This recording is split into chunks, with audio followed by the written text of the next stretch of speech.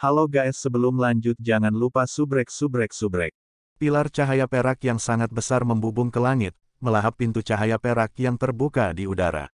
Fluktuasi spasial yang terdistorsi menyebabkan semua orang di medan perang bergidik karena mereka semua melihat ke arah fluktuasi spasial pada saat yang bersamaan. Cahaya perak secara bertahap melemah, dan sosok besar muncul di dalamnya tanpa sadar. Sosok ini tingginya setidaknya 10 meter, yang seluruh tubuhnya dibalut baju besi perak. Di luar armor, ada aura berdarah, bukan kilatan perak. Untuk menyelamatkan Long Hao Shen, di Menara Keabadian, Wang Yuanyuan telah menggunakan ledakan spiritualnya untuk menyalakan energi spiritual atribut spasialnya, sehingga menyelesaikan teknik keturunan dewa pada jiwa surgawi raksasa dan mengalahkan penjaga suci dalam satu pukulan. Dia hampir terbunuh dalam pertempuran itu tetapi tetap hidup karena Zhang Fangfang. Pada saat ini, Wang Yuanyuan tidak mengulangi semua yang terjadi saat itu. Saat ini, dia sudah menjadi pembangkit tenaga listrik sejati dari langkah ke-9, memiliki domain darahnya sendiri. Dia sudah memiliki kualifikasi untuk menggunakan Gigantic Divine Soul Shield, sebuah perisai abadi. Itu benar, setelah disematkan dengan 7 kristal perak, perisai jiwa surgawi raksasa berada pada tingkat keabadian, bukan tingkat epik. Kali ini, jiwa Devin raksasa yang turun jelas berbeda dari sebelumnya. Dia jelas seorang pejuang wanita, dan ini adalah versi yang diperbesar dari Wang Yuanyuan. Cahaya perak melintas di matanya, dan fluktuasi energi spiritual yang datang dari tubuhnya benar-benar berwarna merah darah. Aura haus darah yang kental menyembur keluar, dan keganasannya menyebabkan bahkan Kaisar Undead merasa takut. Pada saat ini, di bawah serangan ganas Kaisar Kerangka, Doppelganger Zhang Fangfang sudah tidak dapat menahan serangan itu, dan tubuhnya terluka di banyak tempat, tepat pada waktunya untuk dikirim terbang oleh pedang Kaisar Kerangka. Avatar yang terbentuk dari kompor spiritual kehidupan kedua akan menghilang terlebih dahulu jika terluka terlalu parah, dan inilah yang terjadi saat ini. Doppelganger menghilang menjadi bintik cahaya keemasan di udara. Dengan kilatan cahaya perak, Wang Yuanyuan berdiri di depan Kaisar Kerangka. Bahkan dalam bentuk jiwa surgawi raksasa, Wang Yuanyuan bahkan tidak setengah tinggi dari Kaisar Kerangka. Namun, perisai jiwa surgawi raksasa miliknya bahkan lebih tinggi dari dirinya. Perisai besar itu menyapu dan bertabrakan dengan ganas dengan bilah tulang Kaisar Kerangka. Kali ini, Wang Yuanyuan tidak mundur. Dengan suara gemuruh yang keras, tubuh Kaisar Kerangka bergoyang karena terkejut. Segera, tangan kanan Wang Yuanyuan membesar berkali-kali, dan badai berwarna darah muncul, meletus dengan hebat. Sejak awal, itu adalah kemampuan bawaan paling kuat yang bisa digunakan Bloodstorm, Dimensional Storm. Setelah berubah menjadi jiwa surgawi raksasa, Wang Yuanyuan tidak hanya meningkatkan kekuatannya, tetapi juga senjatanya. Kekuatan serangan Bloodstorm tidak meningkat sama sekali, tetapi seiring bertambahnya ukuran, itu meningkatkan jangkauan serangannya. Di udara, badai dimensi merobek udara seperti orang gila. Kaisar Kerangka berjuang keras, tetapi gigi tajam serangan Bloodstorm meninggalkan bekas di atasnya. Dalam pertempuran mereka, ini adalah pertama kalinya Wang Yuanyuan mengambil inisiatif. Namun, Kaisar Kerangka ini memang sangat kuat. Seseorang tidak tahu bagaimana kerangkanya dikultivasikan, tetapi ketangguhannya sebanding dengan peralatan tingkat epik. Di bawah tabrakan kekerasan dan gila, juga tidak melukai akarnya. Domain bentrok satu sama lain, senjata dan bahkan tubuh terus-menerus mengeluarkan suara bentrok yang keras. Kali ini, Wang Yuanyuan tidak memberikan 1 inci pun tanah, dan setelah inkarnasinya sebagai jiwa surgawi raksasa, kekuatannya meningkat secara keseluruhan, tidak kalah sedikit pun dari lawannya, untuk terus maju melawan Kaisar Kerangka. Judgment Knight merasa kecewa. Awalnya, dia telah menemukan terobosan, tetapi sudah siap untuk menghentikan Long Hao Shen. Tetapi siapa yang mengira bahwa musuh akan begitu ulet? Dia dengan paksa menahan tekanan. Namun, dia masih merasa jijik di dalam hatinya. Dia mengenal Kaisar Kerangka dengan sangat baik. Dalam hal daya tahan, Kaisar Kerangka pasti yang terkuat di antara kaisar mayat hidup. Dia tidak memiliki keterampilan lagi, tetapi dia melatih tubuhnya sebagai tubuh untuk menyerang dan bertahan, membuatnya sangat kokoh. Tapi Wang Yuanyuan sekarang tampaknya berada di level yang sama dengannya. Namun, jelas bahwa ini hanya ledakan sementara. Setelah ledakan ini berakhir, Kaisar Kerangka masih akan menjadi pemenang terakhir. Apalagi, ada lebih dari satu terobosan. Pada saat yang sama Wang Yuan menghadapi skeleton Emperor secara langsung, Chen Yinger dan Sima Xian keduanya menjadi cemas. Pada saat ini, Chen Yinger telah menyelesaikan pemanggilannya yang kedua. 36 makhluk lain dari peringkat ke-9 menyerbu keluar dari gerbang pemanggilan makhluk dan mulai bertarung sampai mati dengan naga tulang yang dipanggil oleh Raja Lik. Jumlah Bone Dragon juga sedang dikonsumsi. Namun, itu jauh lebih murah daripada binatang pemanggilnya. Bagaimanapun, naga tulang ini berasal dari spesies yang sama. Lebih jauh lagi, mereka tidak dipanggil dua kali oleh Lich King. Atribut mereka sama, jadi serangan dan pertahanan mereka agak tinggi. Adapun Chen Yinger, dia tidak punya masalah memanggil mereka, dan bisa menggunakan domainnya untuk memperkuat binatang ajaib ini. Namun, untuk mempercepat pemulihan energi spiritualnya, dia agak tidak dapat memimpin pasukannya dengan benar. Jika bukan karena pemanggilan 3 kali lipat dari replikasi kompor spiritual waktu, dia mungkin tidak akan bisa bertahan untuk waktu yang lama. Sebenarnya, perbedaan antara Chen Yinger yang memiliki domain Dewa Binatang dan Raja Lik seharusnya tidak terlalu besar. Alasan utamanya adalah karena medan perang di depannya tidak cocok untuk Chen Yinger bertarung. Ini adalah pesawat yang penuh dengan mayat hidup. Jika dia ingin memanggil makhluk, dia harus memanggil mereka dari pesawat lain, dan tidak secara acak memanggil mereka dari pesawatnya sendiri. Dengan cara ini, tidak hanya akan menghabiskan banyak tenaga, tapi dia juga harus melantunkan mantra untuk waktu yang lebih lama. Inilah mengapa dia benar-benar ditekan sampai berada pada posisi yang kurang menguntungkan. Namun, penampilan McDull sangat eye-catching. Pada awalnya, ia berubah menjadi naga iblis, memblokir serangan Lich King beberapa kali, tetapi melihat situasinya tidak terlihat baik, ia berubah menjadi 4 chimera, dan keempat atributnya menunjukkan kekuatan mereka pada saat yang sama, nyaris tidak membantu. Chen Yinger mempertahankan situasi. Api jiwa di mata Lich King berdenyut hebat. Tongkat tulang di tangannya menunjuk ke depan, dan lolongan tajam terus terdengar. Segera, serangan tulang naga menjadi lebih gila. Karena Bone Dragon King ditundukkan oleh Judgment Knight of Undead Creatures, dia menjadi tunggangan untuk Undead Sentinel. Akibatnya, naga tulang di bawahnya telah menjadi bawahan dari Judgment Knight of Undead Creatures. Lich King dan Judgment Knight of Undead Creatures memiliki hubungan dekat. Ketika mereka berdua masih hidup, mereka adalah pasangan. Jadi, Judgment Knight of Undead Creatures menyerahkan Bone Dragon kepada Lich King. Jika tidak, dengan kekuatan Raja Lich saat ini, dia tidak akan bisa memanggil begitu banyak naga tulang sekaligus. Kultivasi Raja Lich hanya bisa menempati peringkat keempat di antara 10 raja besar, tetapi selain Legiun Naga Tulang, itu adalah kombinasi yang kedua setelah Judgment Knight of Undead Creatures dan Bone Dragon King. Tidak hanya naga tulang di langit meluncurkan serangan dengan seluruh kekuatannya, bahkan naga tulang yang telah hancur sebelumnya mulai perlahan berkumpul kembali di tanah. Sebagai makhluk undead, jika mereka ingin membunuh naga tulang ini, mereka harus benar-benar memadamkan api jiwa mereka. Dan bagaimana mungkin Chen Yinger, yang saat ini dirugikan, melakukan hal seperti itu? Di sisi lain, Sima Xian juga dalam bahaya, membenci pertahanan pemberani dari tubuh kaisar yang menjijikkan. Pada saat Sima Xian merilis domainnya, dia berada di atas angin.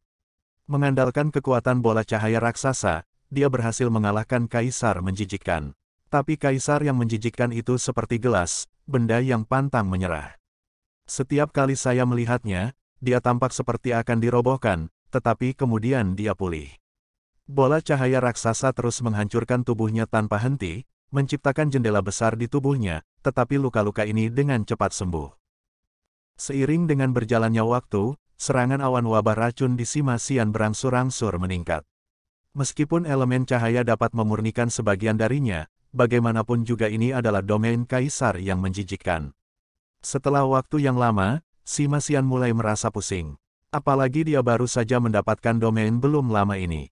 Meskipun kekuatan ledakannya cukup kuat, senjata domainnya menghabiskan banyak energi spiritual, jadi itu tidak akan bertahan terlalu lama. Melihat konsumsi energi spiritual yang semakin banyak, tubuh besar Sima Xian sudah agak tidak stabil.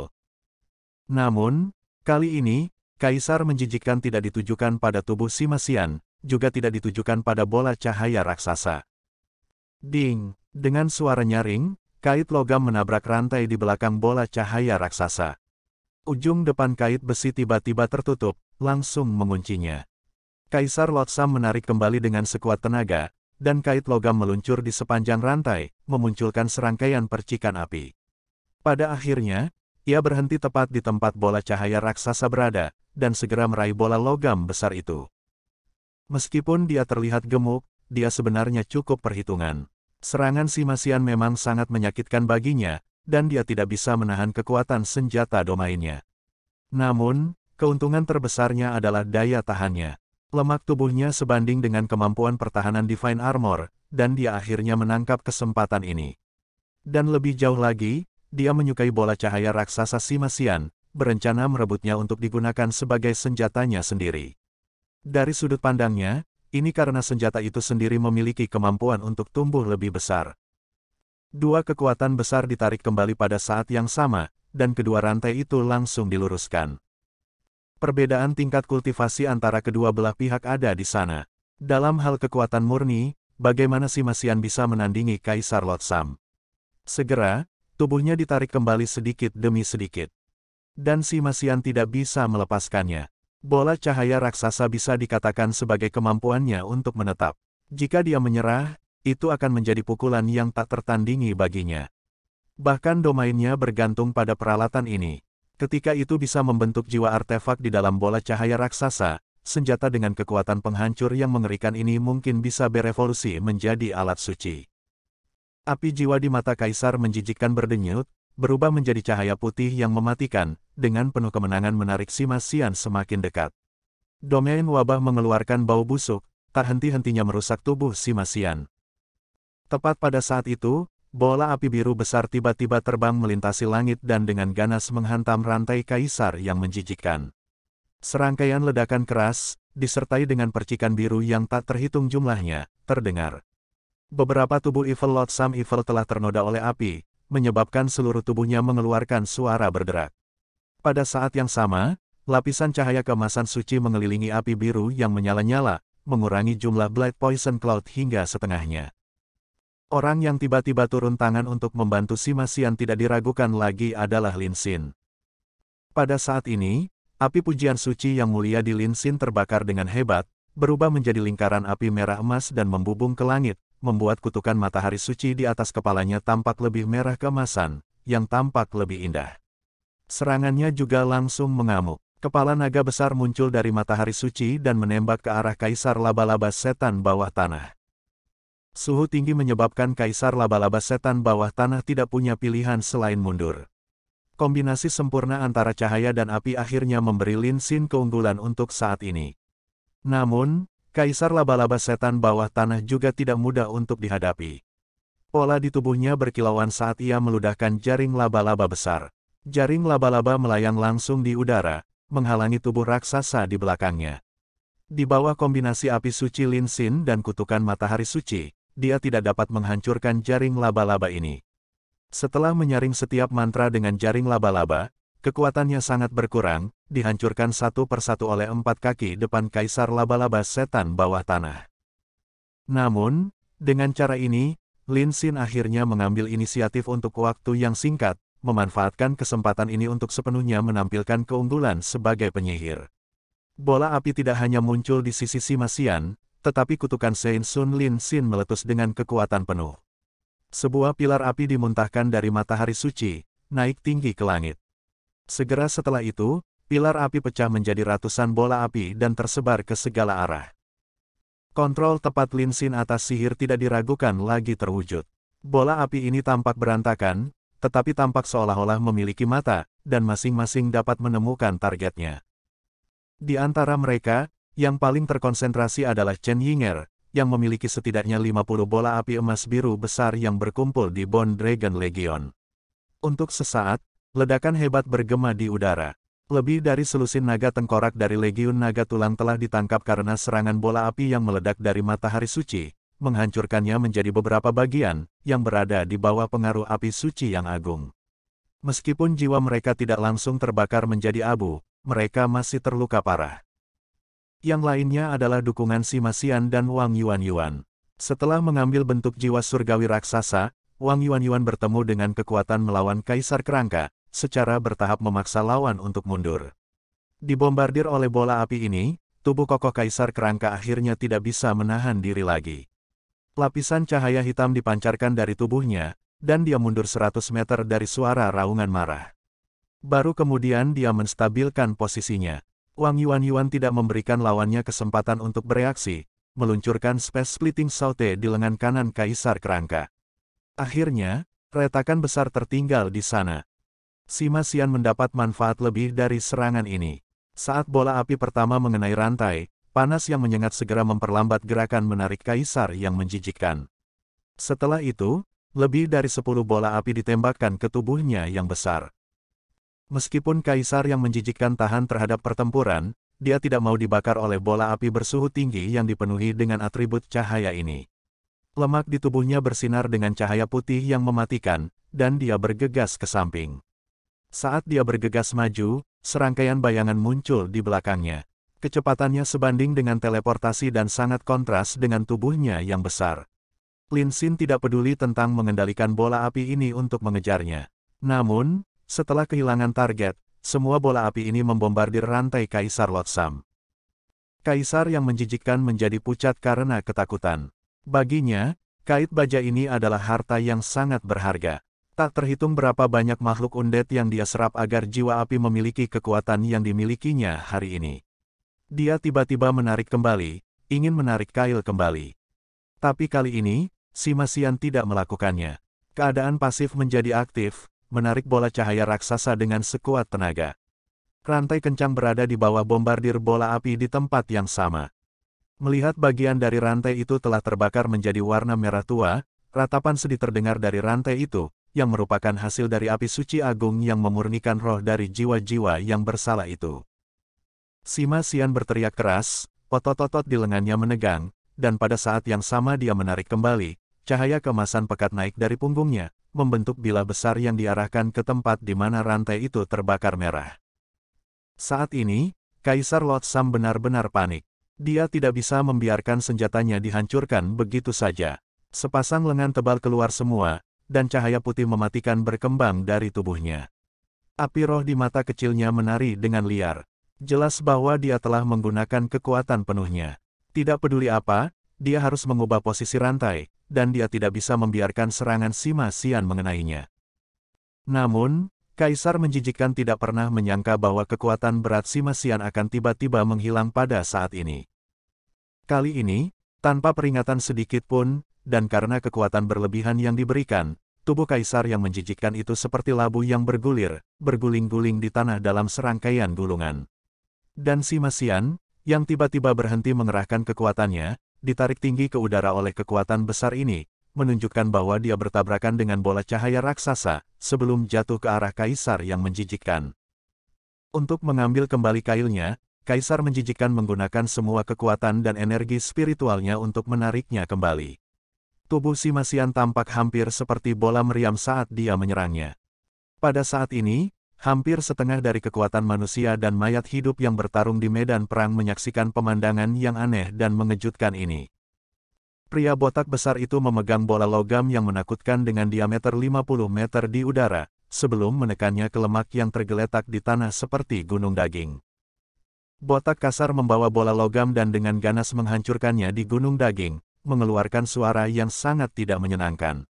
Apa yang bisa dilihat adalah bahwa di tengah tumbukan, lapisan lemak putih kekuningan dikeluarkan.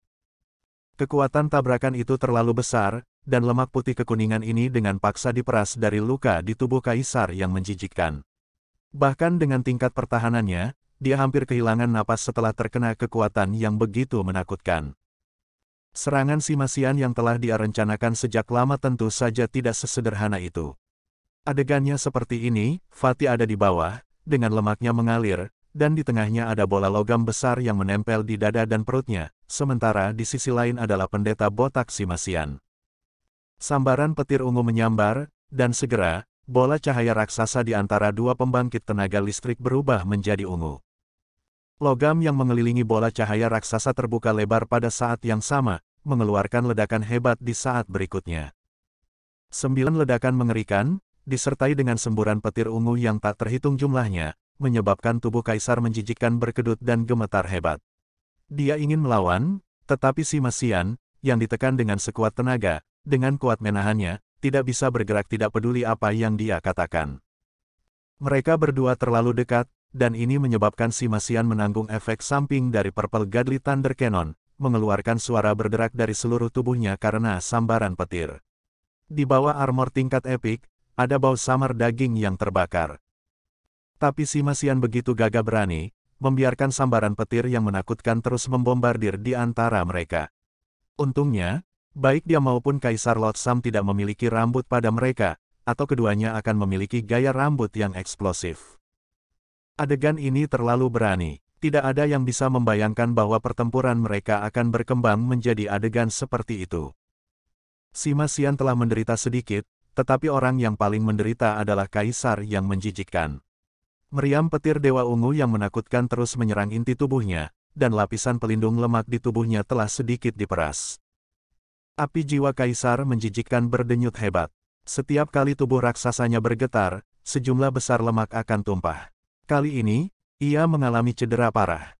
Namun, orang ini adalah salah satu dari 10 Raja Besar Undead, dan pasti tidak akan hanya menunggu kematian tanpa daya. Di akhir ledakan ke-9, si Masian tiba-tiba merasakan tubuhnya yang besar menegang, benar-benar berbeda dari kelembutan sebelumnya. Sebelum dia sempat bereaksi, dengan kilatan cahaya putih perak, tubuh si Masian menghilang bersama dengan bola cahaya raksasa miliknya. Detik berikutnya, ledakan panik meletus dari tubuh Kaisar yang menjijikkan. Itu adalah lemak, daging, organ, dan tulang. Itu berubah menjadi badai mengerikan yang menyapu diameter 1000 meter. Akibatnya, para manusia dan prajurit mayat hidup di medan perang lainnya terus menghindar dengan panik, takut dihantam oleh si gendut-gendut yang dipenuhi racun. Ketika si Masian muncul kembali, dia sudah berada di sisi Long Hao Shen. Namun, tubuhnya menyusut dengan cepat, dan wajahnya pucat. Pedang abadi di tangan Long Hao Shen menggambar busur indah di udara, dan bilah cahaya sepanjang 100 meter muncul entah dari mana, secara paksa mendorong kembali Judgment Knight of Undead Creatures dan Bone Dragon King. Pada saat yang sama, di antara 3 bola cahaya yang berputar di sekelilingnya, bola cahaya hijau itu langsung terbang keluar, jatuh ke tubuh si Masian. Si Masian sudah menghabiskan seluruh kekuatannya saat menyerang Kaisar yang menjijikkan. Pada saat ini, tidak hanya energi spiritualnya dikonsumsi secara berlebihan, tetapi dia juga menderita korosi wabah. Begitu bola cahaya hijau mendarat di tubuhnya, dia segera merasakan sensasi dingin memasuki tubuhnya, membuatnya merasa nyaman yang tak terlukiskan. Segera setelah itu, racun di tubuhnya benar-benar tersedot kering. Dengan kilatan lampu hijau, si Masian didorong mundur oleh kekuatan lembut, jatuh ke arah evolusi Hauiwe. Long Hao Shen terus mencermati seluruh medan perang, dan secara alami melihat bentrokan fatal antara raja yang penuh kebencian dan si Masian. Pada saat tubuh Kaisar menjijikkan membeku, dia bisa merasakan ada sesuatu yang tidak beres. Jika si Masian tetap di sana, bahkan dengan kekuatan hidup Soul Linking Chains, dia akan terluka parah, dan pada saat yang sama mempengaruhi yang lain karena Soul Linking Chains. Oleh karena itu, dia segera mengaktifkan Domain Flash, memindahkan si Masian ke sisinya.